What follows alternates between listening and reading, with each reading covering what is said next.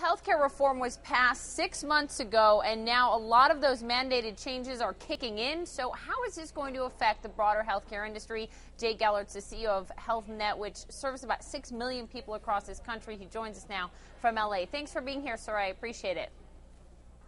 Good to be here, Poppy. Certainly major changes to the industry. You've been anticipating these since the debates were very, very heated.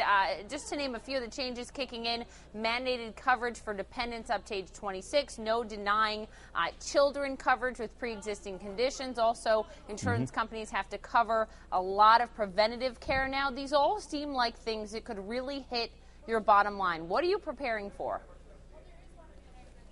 In California, in the group market, we do many of those things already. We already provide a broad array of preventative services.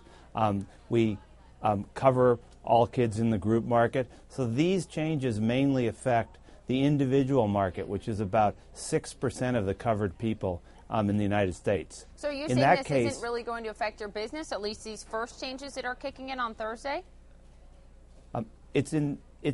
We've been able, I think, to manage those items. It will have some limited price effect in 2011 for some employers, but the biggest effects will be in the individual market.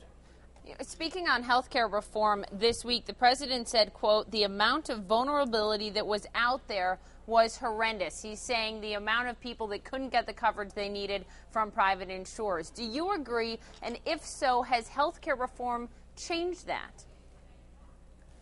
Healthcare reform has provided benefits to some people who were vulnerable. There's no question of that. The real question is, as we implement it over time, is the cost. Because if it leads to making it less affordable for other people presently covered, we'll have vulnerable people there too. So I think that the benefits that have been offered by healthcare reform are good and do help a lot of people. We need to make sure that we manage the cost now. And I think that even the president has indicated that that's an issue we still need to do a lot of work on. In California, we're encouraged that a number of providers are coming forward now and saying, let's work together so that we can bring down premiums. If we can build those kind of collaborative relationships, I think we can do this very effectively. But without that, there's a lot of risk on the cost side, and that cost risk will be borne by the consumer. Well, and you say you hope to collaborate to bring down premiums, but just a few weeks ago, Health Net, your company, was approved to raise rates in California for individual policyholders 16%. Your competitors were also granted this ability to raise rates. Why are you raising rates right now? As we've indicated, there are real issues in the individual market. Our overall premium increases are half that. We're very small in the individual market.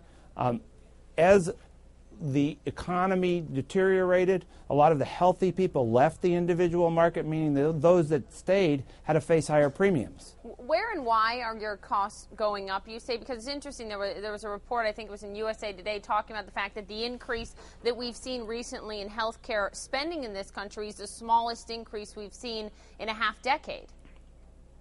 It's true, and part of the problem is, for example, in California, we're in a situation where in the last 7 years, the amount of money that hospitals lose on government programs, Medicaid, Medicare, and the uninsured, has gone from $3 billion to $10 billion.